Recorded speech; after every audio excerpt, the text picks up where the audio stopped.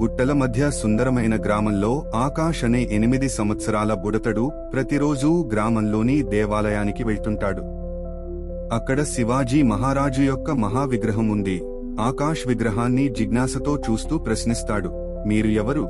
ఆకాష్ ఆశ్చర్యానికి విగ్రహం స్వల్పంగా ప్రకాశిస్తుంది మరియు ఒక గంభీరమైన దయతో నిండిన స్వరం వినిపిస్తుంది.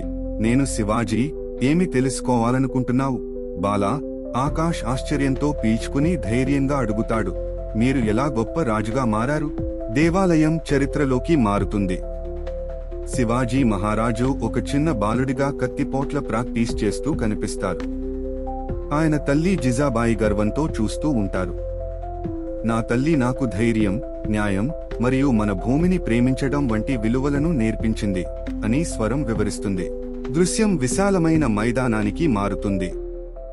శివాజీ మహారాజు ఇప్పుడు ఒక యోధుడుగా తన సేనాధిపతులతో కలిసి హరిజనంపై చూస్తూ ఉంటారు.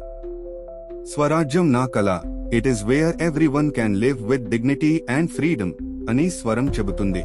స్వరం మృదువుగా మారుతుంది.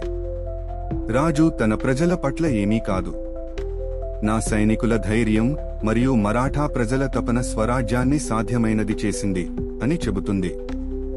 ఆకాష్ ఒక సందడి చేసిన గ్రామాన్ని చూస్తాడు.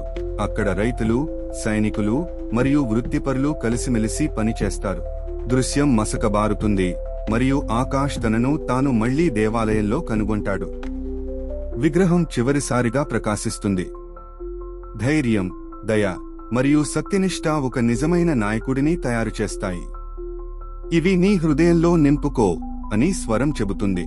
రోజు నుంచి ఆకాష్ తన హృదయంలో శివాజీ మహారాజు యొక్క విలువలను దాచుకుని ప్రతి చర్యలో ధైర్యం, దయ మరియు న్యాయాన్ని పాటించాలనే సంకల్పంతో జీవించాడు.